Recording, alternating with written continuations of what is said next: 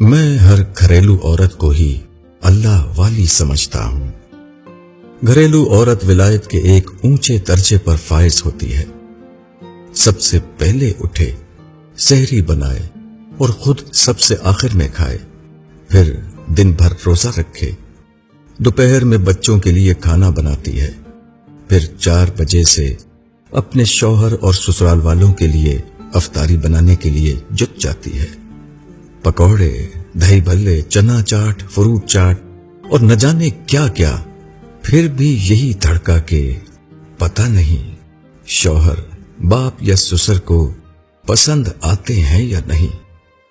اذان کے وقت تک پکوڑے تلتی رہے کہ گھر والوں کو باسی پکوڑے پسند جو نہیں۔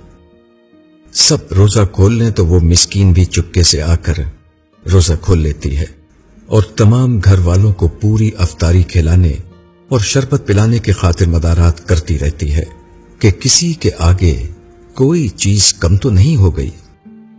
افطاری ختم، لیکن عورت کا کام ختم نہیں ہوا، بلکہ اس کو گھر والوں کے لیے تراویح کے بعد رات کا کھانا بھی تیار کرنا ہے۔ سارے گھر کا کام ختم کر کے آدھی رات ہو جاتی ہے، اور ہاں، اسے صبح 3 بجے اٹھنا بھی تو ہے اور برتن بھی دھونے ہیں۔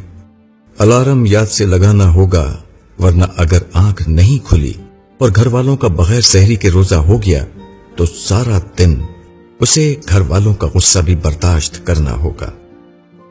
بہت ہی کم لوگ ہوں گے جن کے منہ سے غلطی سے تعریف کے 2 بول نکل آئیں کہ آج افطار پہ بنی ہوئی چیزیں بہت مزے کی تھیں۔ اس رمضان میں گھر کی خواتین سے آپ کا جو بھی رشتہ ہے، ماں، بہن، بیوی یا بیٹی، ان کا بہت سارا خیال رکھیں، کیونکہ وہ بھی آپ کی طرح انسان ہے اور روزے سے ہوتی ہیں۔ اشواق احمد۔